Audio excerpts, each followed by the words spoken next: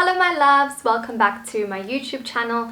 Today I am going to be speaking about my symptoms of multiple sclerosis, how they have evolved, how they started out. This was actually a request from one of my subscribers.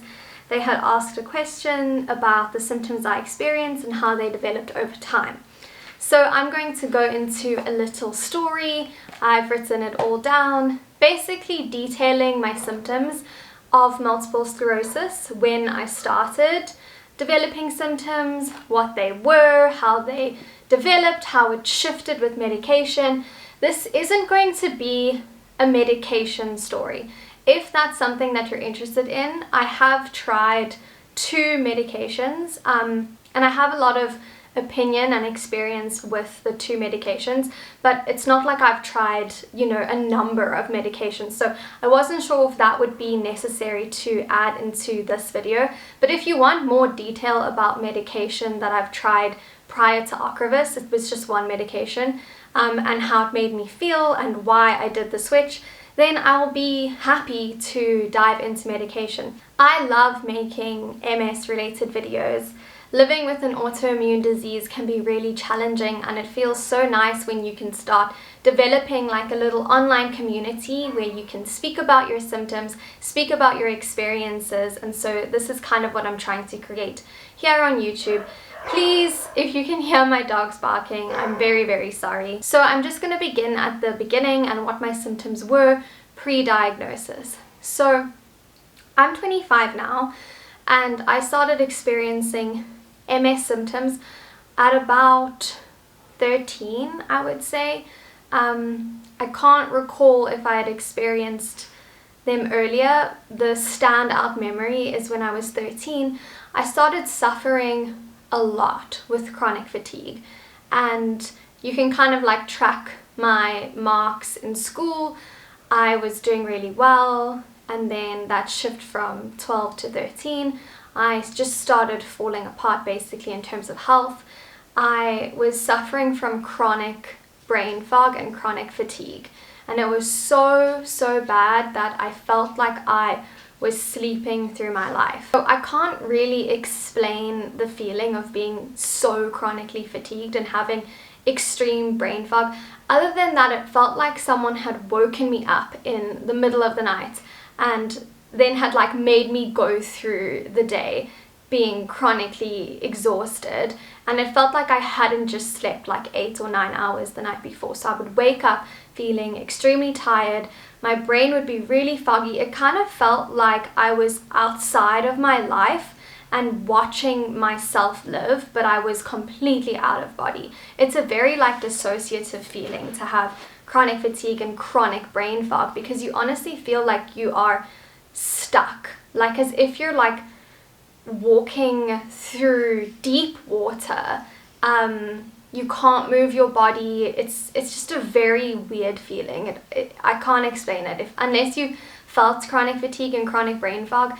I can't really explain it, but it basically feels like there's also like a cloud, like everything has a haziness to it. And so that was my first experience. I felt like I was walking through mist and water, like I was trudging through water, trudging mud, and everywhere I would look there was just like a veil over, and everything felt like it was in slow motion. I felt like I was on the outside looking in, and that I wasn't living. I was just completely exhausted. And so that was when I was 13. I didn't know that anything was wrong. My family didn't know that anything was wrong. My mom obviously saw that I was different, and she would often my mom obviously saw that I was different, and she would try and like piece it together, but we honestly didn't know. We didn't have enough information at this moment in my stories. So then when I was 13, so it was about that same year that I started experiencing the brain fog, but this was more towards the end of the year. I developed, it kind of felt like a spinal lock. I suffered from an extreme backache, lower backache, to the point where I couldn't get up. So I would be in bed lying down, and I wouldn't be able to shift my body to sit up, and that was frightening, completely scary. At the time, like I said, I was a ballet dancer, and we had kind of equated the backache to an injury, like a dance-related injury. But my mom is a doctor, and so she obviously was very concerned about the backache. And so she wasn't convinced that it was a ballet-related injury, and so she did take me to see spinal doctors and things like that. And then no answers really came from that. We did get an MRI, but obviously if you've been diagnosed with MS, you know that you need dye to contrast in order to see the lesions. So an MRI without contrast is not going to help you see the lesions. So I did get an MRI, and all they found was that I had I think an extra vertebrae, something like that, that they thought was the cause of the pain, but they didn't see they had said, this doesn't seem likely that it's the cause of the pain. But we had kind of just said, oh, okay, it must just be something related to the extra vertebra, to a dance-related injury, but it was really, really bad. I spent that December holiday of 13 to 14 years old, that shift in age, I spent it in agony. I honestly could not get up. My mom would have to help me up from bed. It felt like it felt like my spine would solidify every time I sat down, and then when I would try to get up, it wouldn't let me, and I would be in so much pain. And so that was really traumatic. We didn't know what was wrong, and then that just went away by itself. I started doing horse riding for a little bit, and I don't know, something with that movement helped my back, and then I healed with that degree of pain. I still have back pain, but now I can obviously get up and I can move.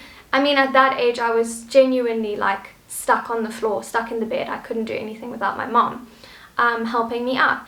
And so somehow over that December holiday, I began with a huge amount of pain, and then by the end of it, the pain had become less, significantly less. And so then we just thought, okay, that was a dance-related injury. I had a holiday of rest. Everything will be fine now. So we didn't think much of it. So that was when I was 14. It's just funny because I had to write it all down. As you'll know, if you have MS, the symptoms and tracking them is quite important, especially pre-diagnosis, just so that you can understand what was MS and what isn't MS, so that you can be treated for those specific symptoms. So at 16, I moved to Cape Town. I was under a lot of stress. If you have an autoimmune disease, you know that stress is very, very bad for your illness. So I was under a huge amount of stress going through such a hectic life transition. At such a young age, I didn't have any friends, super depressed, and obviously that isn't what caused the MS flare-up. I'm just kind of giving you context about my state of mind. So I started developing numbness in my right leg. I was completely numb. Someone could have pricked me with a pin and I wouldn't have felt it. I would rub my thighs, and I would rub down my left and down my right, and I wouldn't be able to feel where my hand was on my right leg. That was terrifying, obviously, and it also felt like tingling. So I started developing a lot of pins and needles, tingling. I had such a chronically numb leg. I was terrified, obviously, because I didn't know what was happening. Again, we were thinking it was I don't know, some kind of an injury, some kind of a nerve damage, something like that. But we didn't equate it to MS, obviously. So I would Google my symptoms, pins and needles, numb leg, things like this. And I had actually found that MS is a symptom, that MS is a cause for that numbness, and pins and needles and things like that is related to multiple sclerosis. So I went to my mom and I said, do you think I could have MS? This is what Google says, Dr. Google. And she had said, no, you're 16 years old, you're way too young to have MS. Little did we know, this was brewing under the surface. So then so that same year of 16, that same December holiday, I was swimming in the ocean, things like that. And what happened is that I started experiencing deafness in my right ear. So then I was completely deaf in my right ear. I equated it to swimming in the ocean, being underwater, we didn't know what was going on, but I knew that when I held the phone, to my right ear, I would always have to switch it to my left. I couldn't hear. I could hear like muffled sounds, things like that, and it really affected my balance. So again, we didn't understand, we didn't know any better. And then, so that December holiday of my 16th transitioning to my 17th birthday, so I was 16 in that December holiday. Then in the January of the next year, I started school, and that was the year that I was to turn 17. So I started at a new school, and I was at boarding school, and I was again extremely stressed, freaked out, the list goes on. And the deafness was really bothering me. I remember being in class one day and I just couldn't find balance. When my mom would call me on the phone, I wouldn't be able to hear her. And then I completely lost my balance. And that obviously happens when you go deaf in one ear. I can't speak to the experience of going deaf in both ears, so I don't know how that would affect your balance. But for me, the one ear, I couldn't walk straight. It felt like, everything was spinning. So I remember kind of standing up and then like really wonkily walking over to the teacher and telling her that I was really sick, that I'm dizzy, I'm really struggling. And then one of the girls took me to, sorry, there's a fly. And then one of the girls, oh my goodness. So one of the people in the class took me to go to the nurse, and they called my stepdad. My stepdad picked me up and took me straight to an ear specialist. The ear specialist was looking inside my ear, and nothing was wrong in terms of what he could see. So he was the one that said, something isn't right, you need to go and get an MRI. So that day I went again with my stepdad. After we went to the doctor, the ear doctor, he drove me to the hospital, and we went and got an MRI. And quickly through that process, we discovered that I had MS. So the deafness, the numbness, all these kinds of things, that was all symptoms of MS. And through the MRI, that is a whole story, my diagnosis story about like what had actually gone on that time in the hospital is so intense. Like I went through so many tests. It was a long time before I was actually diagnosed. So I wasn't diagnosed on that day. We went through so many medical tests to find out what was wrong. So that diagnosis journey probably took about, I don't know, the time is very blurry because I was obviously so traumatized. I think I have pins and needles right now. This is such an MS video. Who would I be if I didn't have a numb leg and pins and needles while I'm recording this? So the diagnosis story, that's a story in and of itself. And I think that took probably about a month, 3 weeks. I'm not 100% sure. I'll have to check in with my mom, but it was a very traumatic time. So at 17, that February, I was diagnosed. It was on Valentine's Day. So January, February was probably, just over a month or something.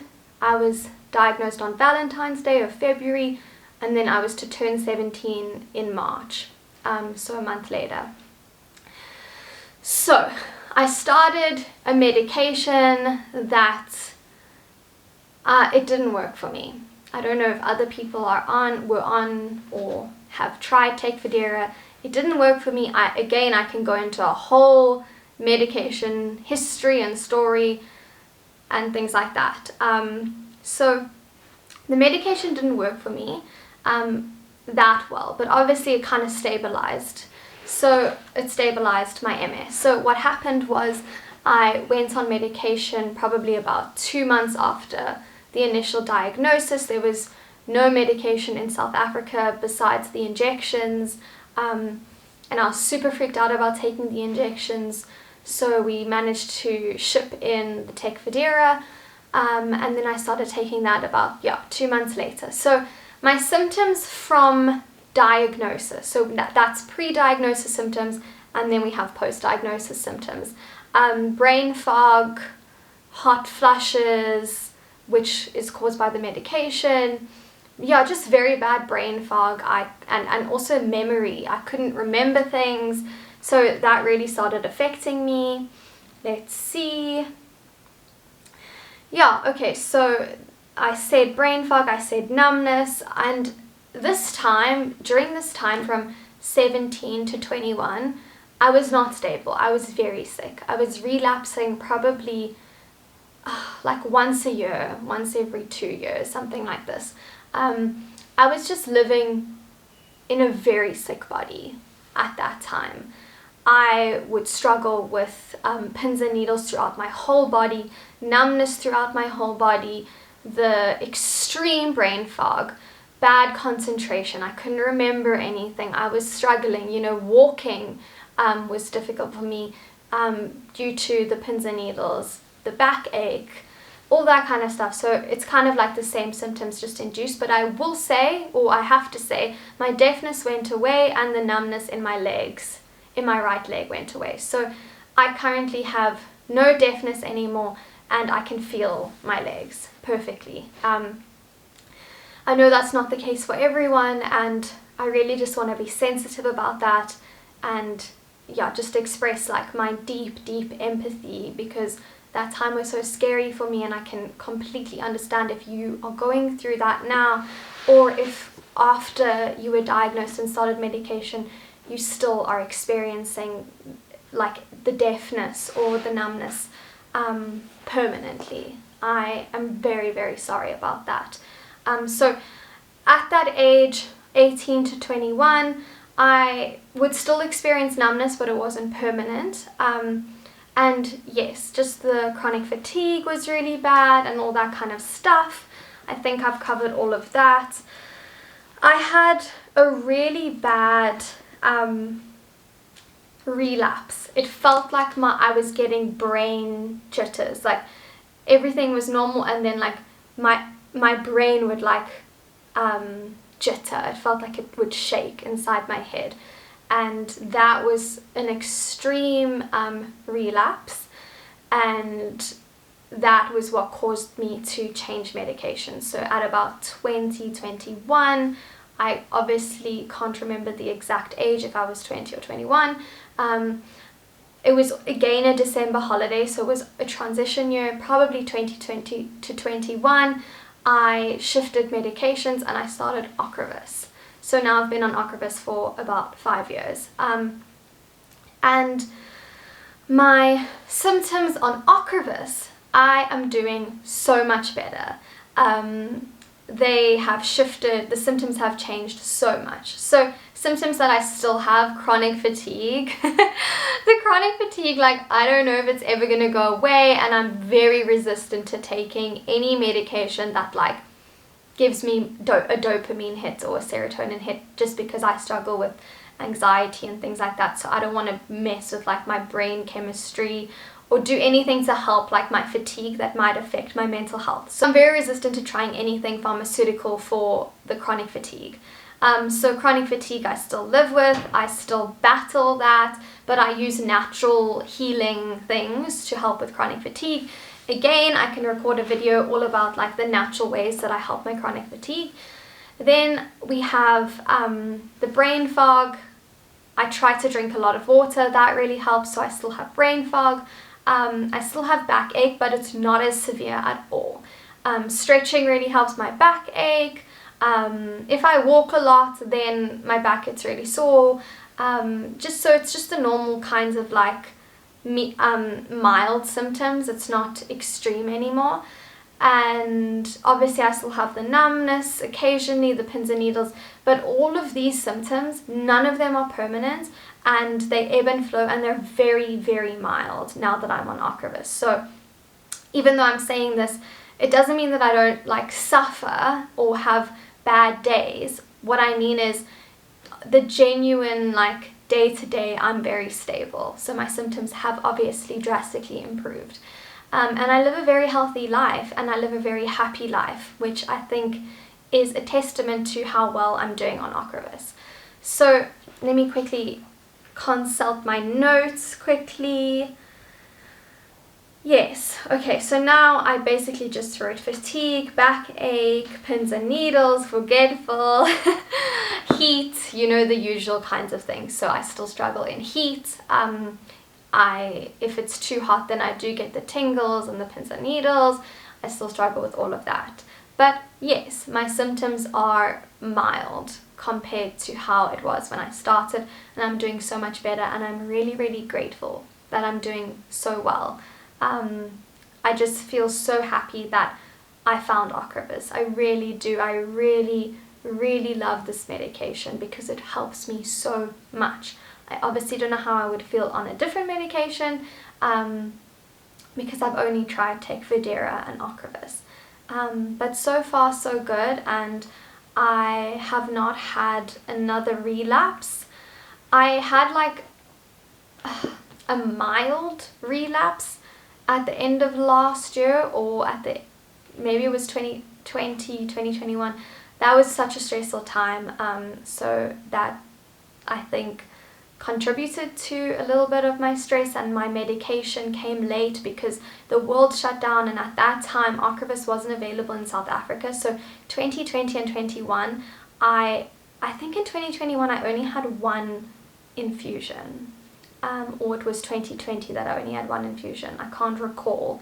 But yeah, so that was terrible, and I was greatly affected by that. So the relapse that I had was not because of the medication, it was because I didn't have the medication.